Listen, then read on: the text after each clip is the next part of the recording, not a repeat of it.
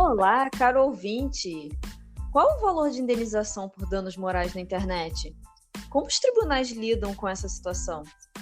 Infelizmente, ocorrem diversas situações na internet que podem gerar danos morais, desde fatos muito graves e até mesmo criminosos, como stalking, preconceito, agressões, ameaças, xingamentos, difamação, até fatos relacionados a bens materiais, como golpes, falta de entrega de produtos comprados em e-commerces ou marketplaces e etc. Mas o que é dano moral? Quais os valores envolvidos? É isso que nós vamos discutir no episódio de hoje. Eu sou a Marina, advogada e apaixonada por mídia e redes sociais. E aqui no podcast do escritório Afonso Lima Advogados, o podcast legal, nós vamos trazer toda semana conteúdos informativos para que você possa saber os seus direitos relacionados ao mundo virtual. Hoje, eu estarei muito bem acompanhada do meu sócio, Gustavo, para falar mais sobre os danos morais na internet. Tudo bem, Gustavo? Salve, salve pessoal! Sejam muito bem-vindos a mais um episódio do Podcast Legal, o podcast jurídico que aborda temas jurídicos, mas sem lero-lero, sem juridiquês, como a gente sempre gosta de enfatizar. Não é, Marina? Exatamente, uma linguagem acessível para que todo mundo possa entender, né? Então, vamos lá. O que são danos morais, Gustavo? Danos morais a gente tem que sempre levar em consideração que são violações que afetam o âmago da pessoa, o mais íntimo da pessoa, a intimidade, a honra. São esses aspectos que a gente tem que levar sempre em consideração quando você está pleiteando, quando você está arbitrando uma situação que infringiu ou não um dano à moral da pessoa, não é? Exato. E um outro aspecto que também entra nisso, né, é a reputação da pessoa também, né? É a questão do constrangimento público da pessoa, do xingamento, da exposição. Isso também gera um dano moral, né? Porque, de uma certa forma, quando você tem a sua reputação e a sua consideração pelas pessoas, né, a sua imagem para as pessoas na sociedade, na internet, você, né, indiretamente acaba atingindo o seu âmago, como você falou, né, os seus aspectos mais íntimos da sua personalidade. Isso acaba causando um sofrimento para a pessoa. Isso. E a gente tem que considerar também que no direito, por exemplo, a gente divide a honra em objetiva e subjetiva, né? A honra objetiva seria a sua honra interna, né? Aquilo que você tem como consideração própria, então tudo que te fere no seu âmbito mais interno, ele é considerado. A honra objetiva, na verdade, é a sua imagem perante a sociedade, assim, como que a sociedade te enxerga, como que isso pode ou foi afetado num caso específico, né? Então, nesse caso, a gente pode sim considerar reputação como uma espécie de honra objetiva, né? A pessoa, a gente, né, como a gente sempre gosta de falar, a gente vive em sociedade. O ser humano é um ser gregário, é um ser comunitário. Então, a nossa imagem, ela tanto é importante o que a gente se enxerga por dentro, o que a gente se acha, como a gente se encaixa, como externamente também, né? Como a sociedade nos vê, né? E isso tudo tem que ser levado em consideração. Exatamente. Por exemplo, quando uma pessoa faz declarações ofensivas para uma outra pessoa numa rede social, isso fere não só a pessoa em si, causando sofrimento para ela, mas isso também causa danos na reputação dela, entendeu? Isso pode causar, até dependendo, divórcio, pode causar a perda de emprego, pode ser uma coisa realmente muito grave. A gente falou bastante sobre ofensas na internet no nosso primeiro episódio. Eu convido vocês que estão ouvindo a gente a dar uma olhadinha também, quando vocês acabarem de ouvir o nosso episódio agora, sobre esse episódio que a gente discutiu mais a fundo essa questão de ofensas na internet. Isso. E a gente também dando prosseguimento, né, considerando também que como que a gente faz para apurar um dano moral? Porque a primeira pergunta que vem na cabeça quando a gente fala de dano moral peraí, mas eu vou dar dinheiro em troca de um sofrimento? É isso? Como que funciona exatamente? Né? Isso é realmente uma questão muito polêmica. Até quando veio o dano moral como um instrumento de indenização para o Brasil, esse tipo de argumentação ela foi levantada, não é? Então, a gente tem que considerar sempre, né, que o dano moral ele tem funções diferentes, né? Uma função, sim, de compensação por um sofrimento. Você, de fato, pode receber uma quantia por uma coisa ruim que foi feita para você, tanto no âmbito externo quanto no âmbito interno, como a gente falou, como também a gente também pode considerar o dano moral uma função mais de punição, que seria para o seu agressor, para o seu ofensor, não repetir essa conduta, para ter um determinado parâmetro, né, de essa atitude aqui o judiciário entende como não correta. Então, como você cometeu essa atitude, você vai ter que indenizar a pessoa. Então, a partir desse momento, teoricamente, você não vai repetir essa conduta. É uma função punitiva educacional.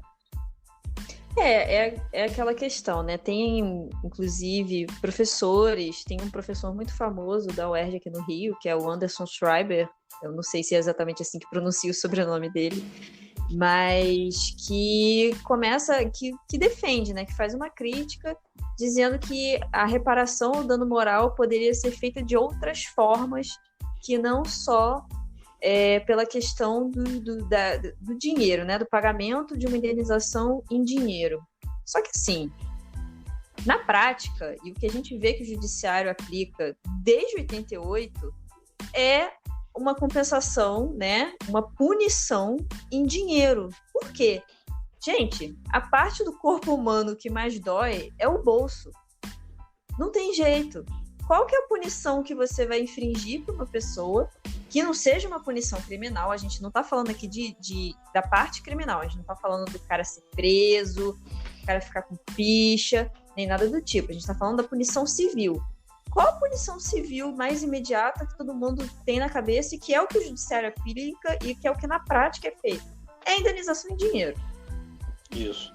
Mas a gente tem que considerar também, eu, por exemplo, pessoalmente, eu entendo que esse Instituto do Dano Moral é um pouco banalizado no Brasil, entendeu? Existem formas assim, sim, e o que o Anderson defende, o professor Anderson, de que há formas melhores de você se reparar um dano, não só necessariamente financeira.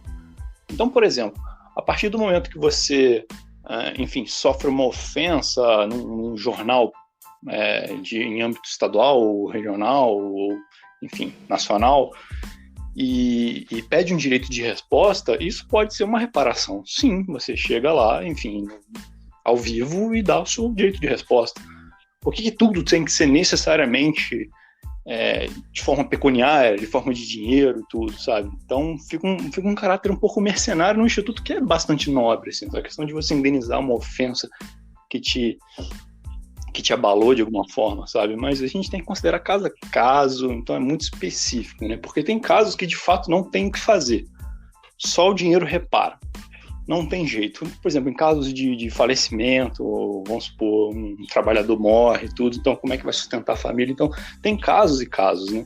Esse caso especificamente que eu cito é um caso que a indenização financeira ela é imprescindível, não tem como você fugir disso. Não tem como fazer o empregador ressuscitar a pessoa que faleceu, por exemplo. Não tem como. Agora, se as medidas estiverem à mão ali do judiciário, se for, enfim, possível fazer, eu entendo que seria o melhor feito dessa maneira, entendeu?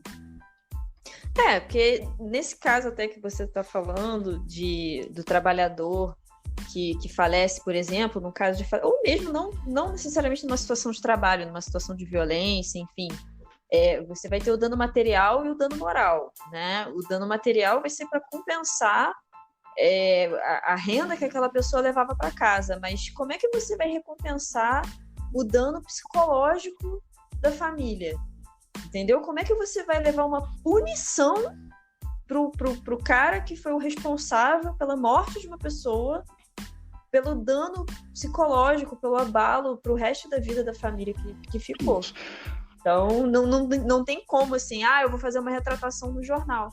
Né? Não tem como. Então, a gente está trazendo situações que são as mais diversas. Por exemplo, outra hipótese, que não existe, e pelo menos eu não conheço uma forma melhor de reparar o dano no caso de ausência de entrega de produto. A pessoa, às vezes, é de uma pessoa humilde, compra um produto essencial, vamos supor, um fogão, uma geladeira. Gente, não tem como ficar sem geladeira e sem fogão em casa.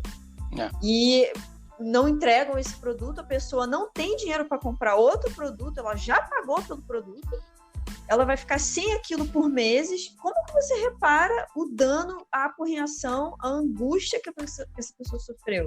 Não tem como, né? E a gente tem que ver também, porque isso gera muita insegurança. A gente está falando de diversos casos aqui que podem ser resolvidos de diversas formas possíveis, inclusive o mesmo caso que pode ter tipos de reparação diferentes, que nesse caso do falecimento de um empregado por conta do dano material e do dano moral, né? Como é que você vai privar a filha ou o filho da presença do pai, por exemplo? Isso é um aspecto moral, entendeu? Então, para vocês entenderem bem essa diferença, é bem importante.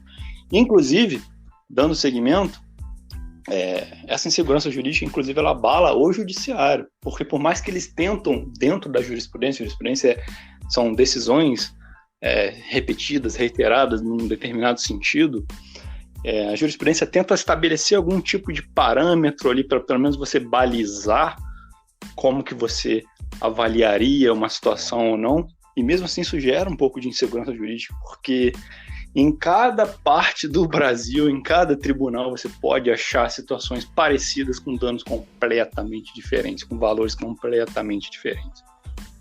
Com certeza. O que a gente costuma ver na nossa prática, né, enfim, é que eles tentam estabelecer como um critério as circunstâncias de cada caso, a condição financeira do ofensor, a situação pessoal da vítima do dano.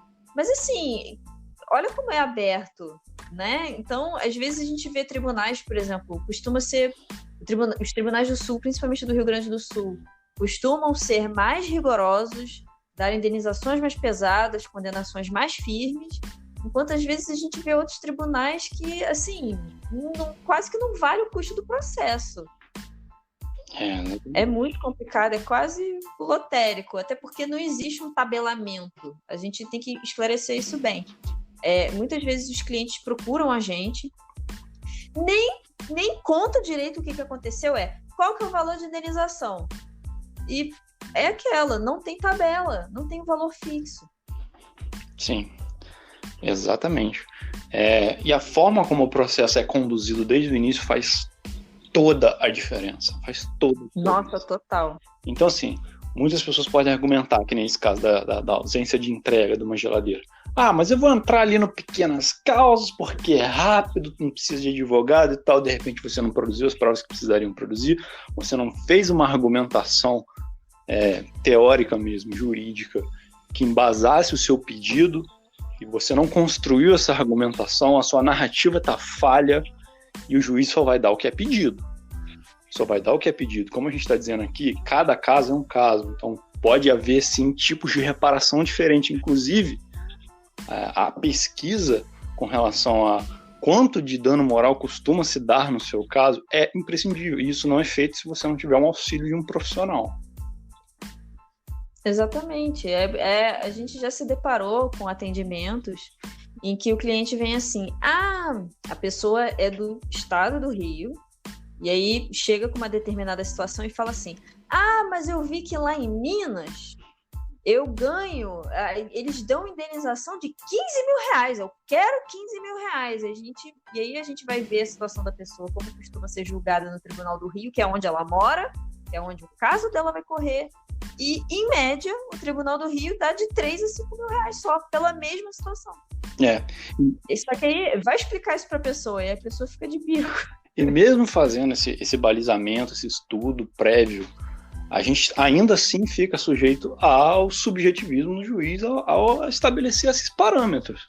Então, mesmo com casos parecidos já, o juiz tem sim autonomia para dar tanto para mais quanto para menos. Então, essa argumentação, essa construção da narrativa, tanto jurídica quanto dos fatos mesmo, fática, é fundamental. Exatamente. É fundamental. Tem até mesmo, como a gente está falando o tempo todo da técnica, é porque realmente tem uma forma de contar. A gente não está falando de que é para mentir, que é para inventar a história. Vou virar aqui o Machado de Assis e vou escrever um Dom Casmurro na petição e vou inventar a historinha da carochinha. Pelo amor de Deus, não é isso que a gente está falando. Mas existe uma forma de você contar a história. Existem detalhes que são relevantes e outros que não são. E muitas vezes a pessoa leiga, ela não sabe muito bem o que é relevante e o que não é. Né? O advogado, ele vai fazer justamente o filtro. Vai falar, isso aqui não importa. Isso aqui pode até te trazer problemas às vezes. A pessoa se estressou. Isso aqui não é interessante de colocar no processo, que pode até te prejudicar. Então, não tenta fazer isso sozinho. Então, acho que agora a gente chegou num momento de falar para a pessoa de valores, né? Quanto que é o din-din? Então, vou puxar já esse caso que você comentou sobre a ausência de entrega de determinado produto. Claro, gente, vamos considerar o produto, né? Vamos considerar esse valor, a essencialidade. Isso aí, a importância, a essencialidade de um produto. Por exemplo, um ar-condicionado, ele é essencial? Sim. Mas uma geladeira, por exemplo, ela tem um suporte muito maior na jurisprudência com respeito de um dano. A pessoa ficou sem geladeira, a pessoa ficou sem ar. Vocês conseguem entender que há uma diferença aí? Obviamente, os dois são importantes, os dois geram dano.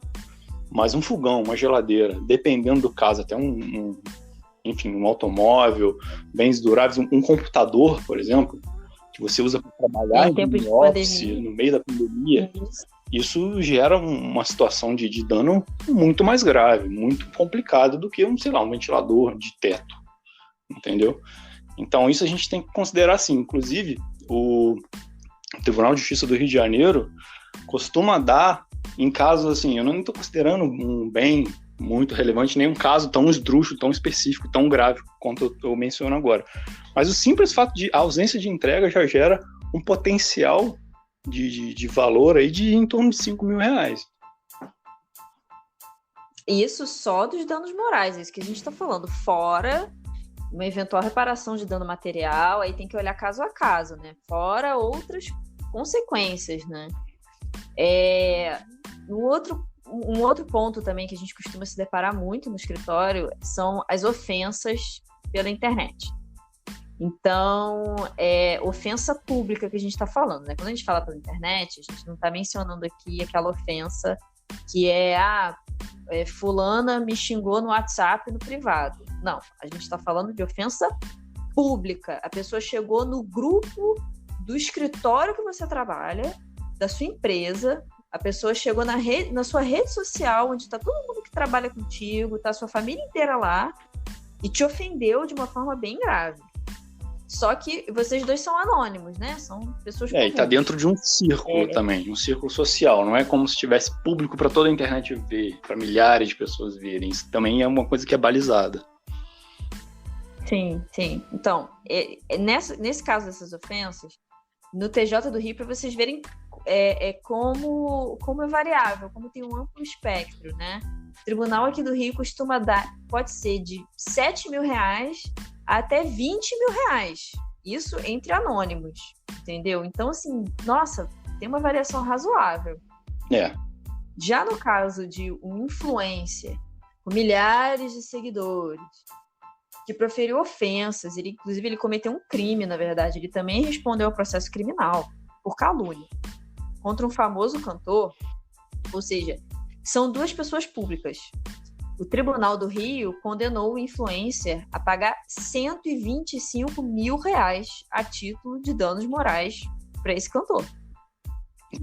Então, assim, aí para vocês verem como é que varia também de acordo com a situação. Se são entre anônimos ou se são pessoas públicas. Porque a pessoa pública, uma ofensa dessa na internet, o tamanho da ofensa que foi, subiu uma hashtag no Twitter, foi um negócio enorme.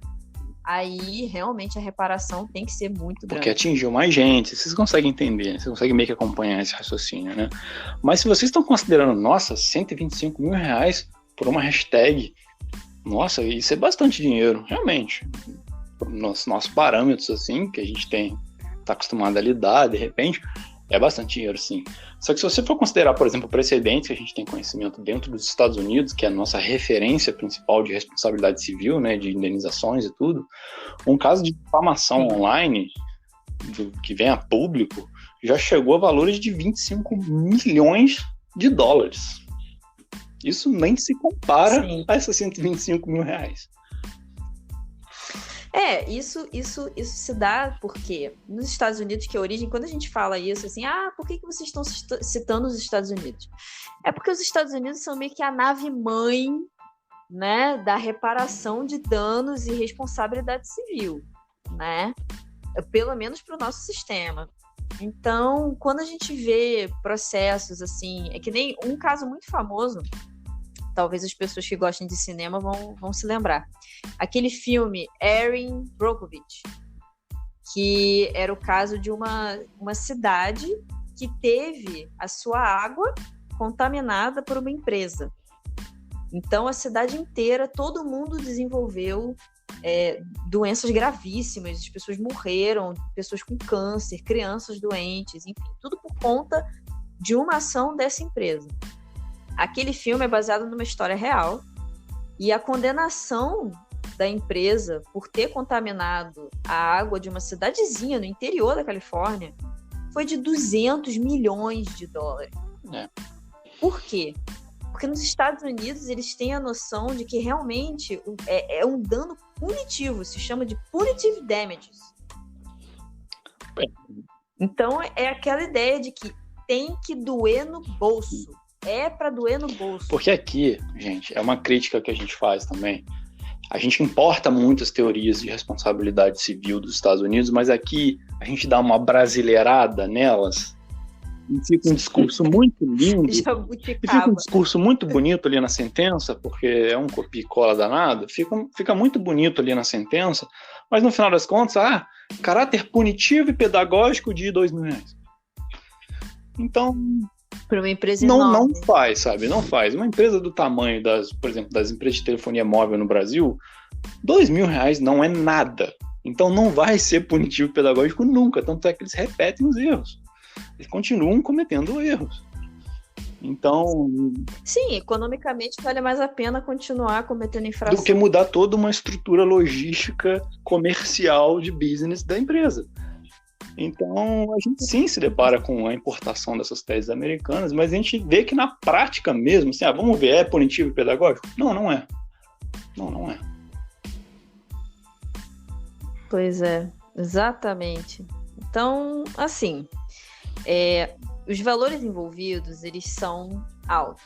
Mesmo aqui no Brasil, dependendo como a gente está explicando o episódio todo, né? Dependendo da situação, se as pessoas envolvidas são famosas ou anônimas, se for um bem, se for um golpe de alto vulto, a gente vê às vezes uns golpes financeiros, umas coisas ligadas a Bitcoin, esse povo que acredita em investimento que tem 100% de lucro em 2 meses, gente, né? Os valores envolvidos, eles podem ser muito altos, né?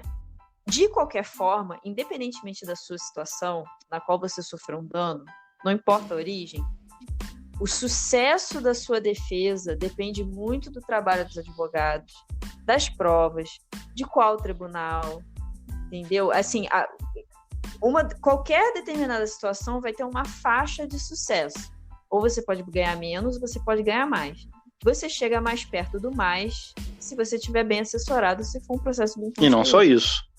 Dependendo da orientação que for dada, dependendo do profissional, se ele for de fato, se ele não for de fato especializado no assunto que você quer tratar, você pode, inclusive, uma causa ganha ser perdida.